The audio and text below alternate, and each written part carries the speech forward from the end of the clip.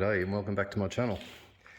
Today I wanted to showcase a new arrival, a new member of the family. I've actually owned this car for about 8 months now, but it's taken all of that time to get it from the USA to here. It's a 1914 Model T Ford. As you can see, it's one of the brass era Fords. I've given it a bit of a tidy up over the last couple of days. It was in storage for quite a long period of time. It's a fairly old restoration that was done on this thing, and it's looking a little bit crusty, but that's okay with me. I'm quite happy to just tinker with it the way it is at the moment. Being a restoration, there are certain things I do want to do with it in the short term, and that is, I've noticed that a lot of the suspension components, we have these castellated nuts throughout, and you'll notice some of these don't have what we call split pins in Australia, but cotter pins, so they're missing cotter pins. What worries me about that is that if someone hasn't gone to the effort of putting new cotter pins back in, and I mean look at this one, that's a really critical one. These things vibrate like anything, so you want cotter pins all around. Is, for example, in the axles, are all the cotter pins in place there. On these things, because there's no brakes, basically no brakes on the wheels, you rely upon transmission braking, and if you lose a rear axle, that can be pretty dangerous. Let me tell a bit more about it. So being a 1914, there's no electrical system to speak of. So these lights are the ones on the back. The one on the back is a kerosene lamp, so obviously no brake lights. At the front we have acetylene or carbide lamps, so they're actually a gas headlight, and you can actually see the orange tube hiding behind there, running back to the generator, which I'll show you in a minute. These carriage lights here run on kerosene. Previous owner, I think, made a bit of a mistake by operating them with what smells like citronella, and our citronella's leaked. If that was kerosene, it wouldn't bubble the paint up. That's a bit of a shame. So they run on kerosene. This here is the horn.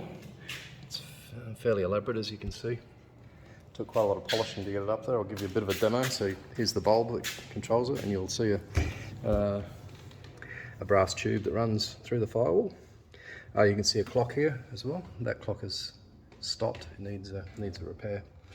But this is the horn bulb, and you just give it a bit of a squeeze and tells people to get out of the way. Spare tyre. Now, I haven't got my head around this yet. If you do get a flat tyre, I don't know quite how to change it. I'll have to learn about that. It doesn't look obvious to me. But anyhow, yeah, these run at high pressure, 60 to 70 psi. Alright, so this is the carbide generator. Previous owner has converted this to a butane gas. So it's not a functional system. I've had a go at using it, but he hasn't put a pressure regulator on here, so it's trying to push 200 psi through the front headlights, and that's not working very well for it. But essentially, you would have carbide chips in here, and a little water tank up here, and you would configure this to drip water onto those carbide chips, and that gas would then exit through the side of the car and then go off to a T-junction and run through the headlights. It takes about 5 minutes to build up enough gas. You would then come around to the front of the headlights, open them up, make sure that they're well ventilated, because you don't want an explosion in there, and literally light in behind here and to get yourself some headlight action. Alright, so a little bit about the engine now. I'm going to do all this in one take. So I'll take you on this side. So the engine's a 172 cubic inch 4-cylinder, roughly 2.9 litre. Very, very low compression. In 1914, gasoline was not of a consistent standard. This engine will actually run on kerosene. Very low compression. This is a generator, oil fill here. It does not have a water pump. It does not have an oil pump, so it's a splash system only. What is interesting about these is it has a magneto mounted to the flywheel at the back, and that magneto will produce up to 32 volts to run the ignition system. This is the carburetor here. You'll notice there's no air cleaner, so it draws, it'll draw warm air through this little arrangement here off the exhaust manifold, but there's no filtration system here, in through the carburetor up into the intake manifold there. Okay, so that's that side. I'll take you around the other side.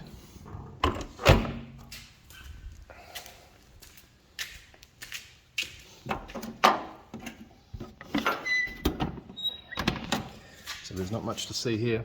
It uses a thermosiphon principle to enable the cooling system. So thermosiphon means warm water is always rising.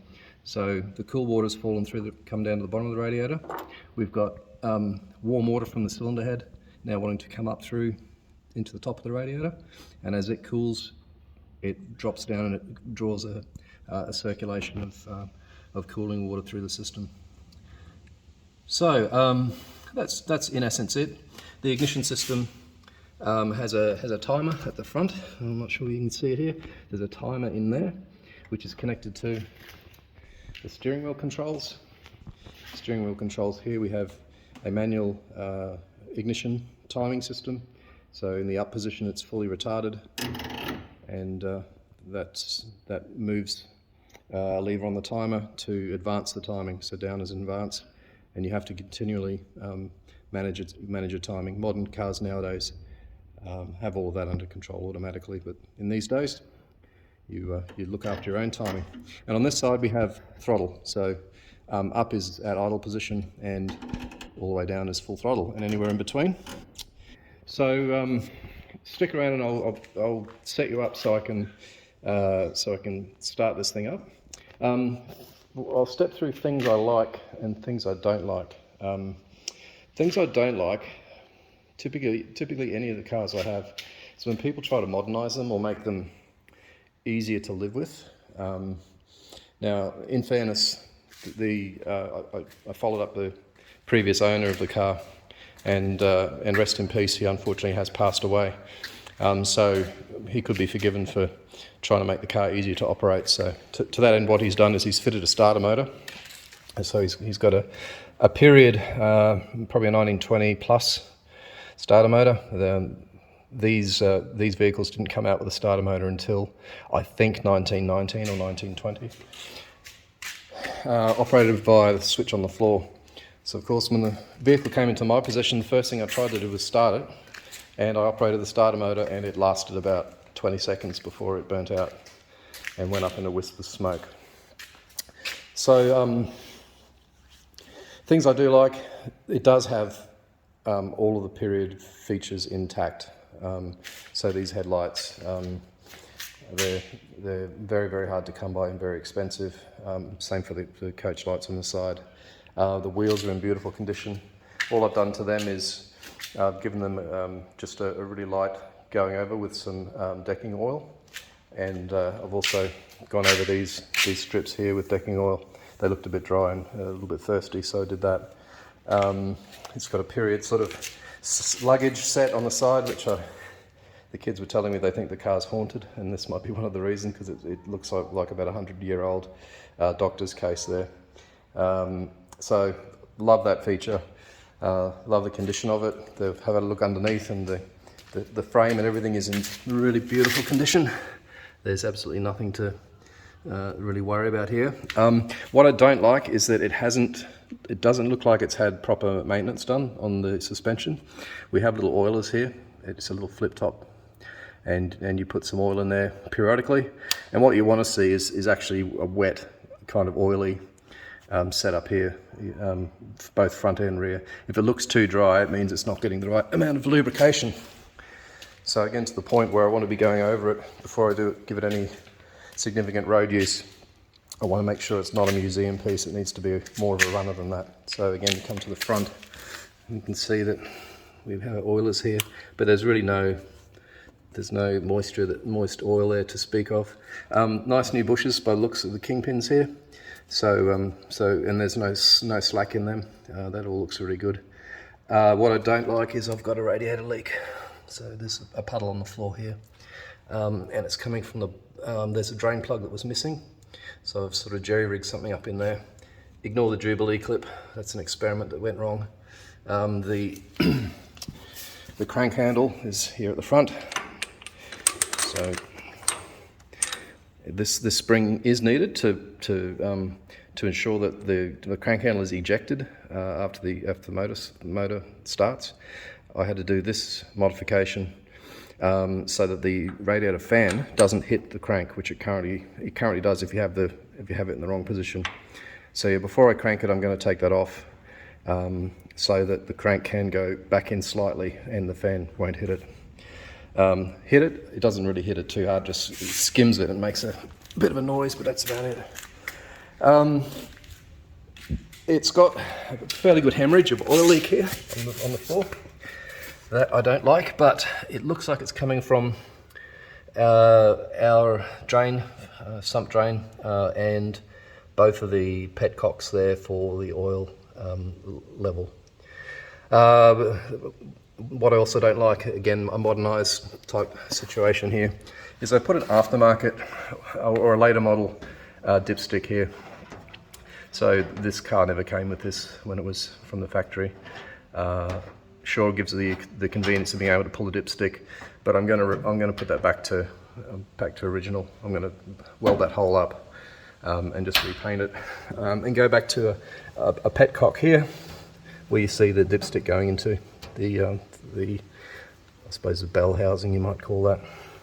So yeah, the way you check oil on these, as the factory intended, was you will turn the tap on the top petcock. If oil comes out of there, it's too full, and if oil doesn't come out of the bottom one, it's too empty. And if you do get oil out of the bottom one, you're a-okay, you're fine. So again, accessibility for someone that's the owner was 84 years old when he passed away, so presumably he had the car in his 80s and may not have been as mobile as he would have hoped for. So yeah. Also, we have an issue with our Speedo Drive. That's just turning at the moment, so we've probably got a broken shaft. This is the Speedo cable. It has an outer and an inner, and it runs to the Speedo, which I haven't done any brass polishing on this, just to give you a contrast between what it was when it arrived, which is this, and what you can bring it up to with a little bit of polish. And I polish the magneto and the ignition switch there. Alright, so yeah, and I don't like the starter motor. I hate the fact that we've got sort of these zinc aluminum bloody cup head bolts sticking through my floorboard, and what looks like a high beam switch sticking up through the floor. So yeah, I'll think about what I want to do with that. I think I'll probably just leave it in its burnt out state. Yeah, I'm not entirely sure yet.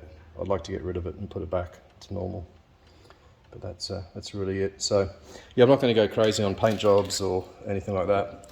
I figure the previous owner did a pretty reasonable job on his resto, and it's time just to let it age gracefully, I think.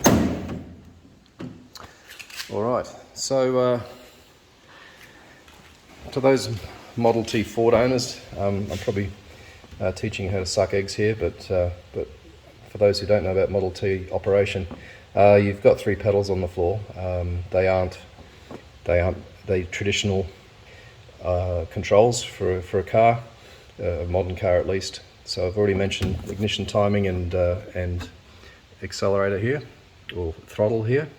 The pedals, the far left pedal is the first and second gear or clutch mechanism.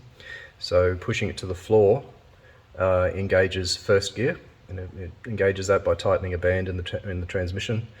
You then would push that vertical lever forward, and then if you want to get top gear, these only have 2 gears, you would then release that pedal into that position that it's currently at, and the vehicle would be in top gear. The middle pedal is reverse, and the far right pedal is the brake, and again it's a transmission brake, so when you push on that it's effectively applying a band on the transmission, on one of the transmission drums, which brings the car to a halt. So without further ado, actually one more thing before I move on. Ignition system. So this little box here is a coil box, and this is where the ignition coils are. Let me just try and get this lid off. Okay. So this is the ignition system. I've just turned it from key off onto battery, and you'll hear that noise is one of these coils trembling. They're called trembler coils, and that particular coil is sending voltage, high voltage, to a spark plug as we speak. So that spark plug is firing multiple times a second, and the timer, as the engine turns over in sequence, the relevant coil that's going to fire that spark is activated and produces a tremble and sends spark to that spark plug. So it's a very ingenious little system. These are really old school. So what I mean by that is, if I pull one out, actually I'll pull this one out if it comes out. These bad boys are made out of wood, contacts on the bottom and the sides. And I've seen someone on YouTube pull one of those apart, and they're full of tar and bitumen and all sorts of good stuff, because there's a condenser in there as well. So very interesting system. I'll try and see that a little bit better. And I'm led to believe that these can be a little problematic as you're driving along, hitting bumps in the road and things like that. Those contacts aren't spectacularly good. So to start the car, you would switch that to battery. You would then adjust your throttle. I give it a very slight amount of throttle and make sure that ignition is completely retarded. If you don't do that, you will run the risk of injuring yourself as you're trying to crank the vehicle. It can, if its ignition's too far advanced, it can try and backfire, or the engine can try and backpedal, go in reverse. And if you're giving it full arm crank, you can break your wrist. So once it starts running, you flick this switch over to magneto, and that's when the car is generating its own electricity, and more electricity than a 12 or 6 volt system can generate. So that's the optimum running position. Alright, so I'm going to try and set you up and get this thing running. You're going to see a Model T running from a cold start, which is probably going to take me a number of attempts. So I'll shut these up. It's a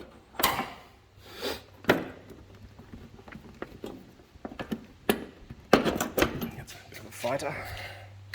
Now on this side I'm going to turn the fuel tap on. Okay, fuel tap is way down here. And the fuel tap that's on. Pushed it down would be off. I'm going to give it a little bit of choke. This is the choke here. Normally it has a choke cable running through to there, and a little pull. You can pull the choker this way. But I'm having to do it this way. That's choke on.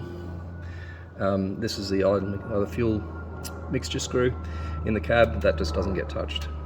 That's a trial and error thing for when it's on the highway. Alright, I will shut you down and come back and see if we can get this started.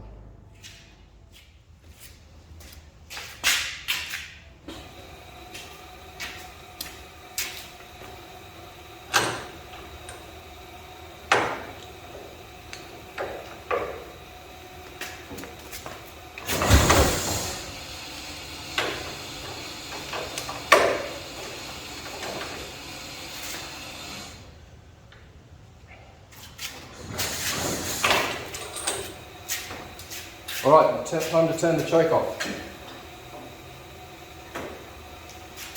So here we go now.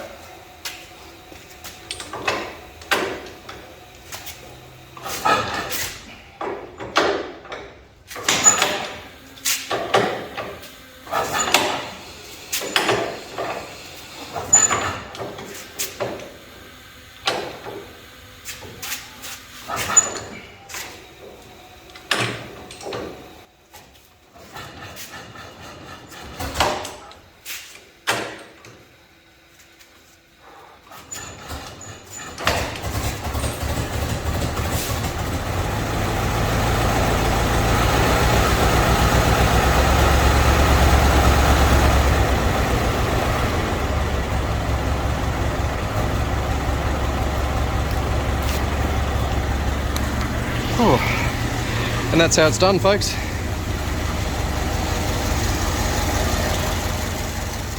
Alright, I turned that off. The fan started making contact with that crank. It's just a little job for me to do. I think ultimately the bushing needs replacement. So anyway, that's the next little project. This one's somewhat on the back burner. I'm going to enrol myself in the club, which will enable me to do test and tune and get that on the road as well, the V-dub. Also, hopefully, they'll cater for my bike. So that's it for now. Hope you've enjoyed, and look forward to joining you again.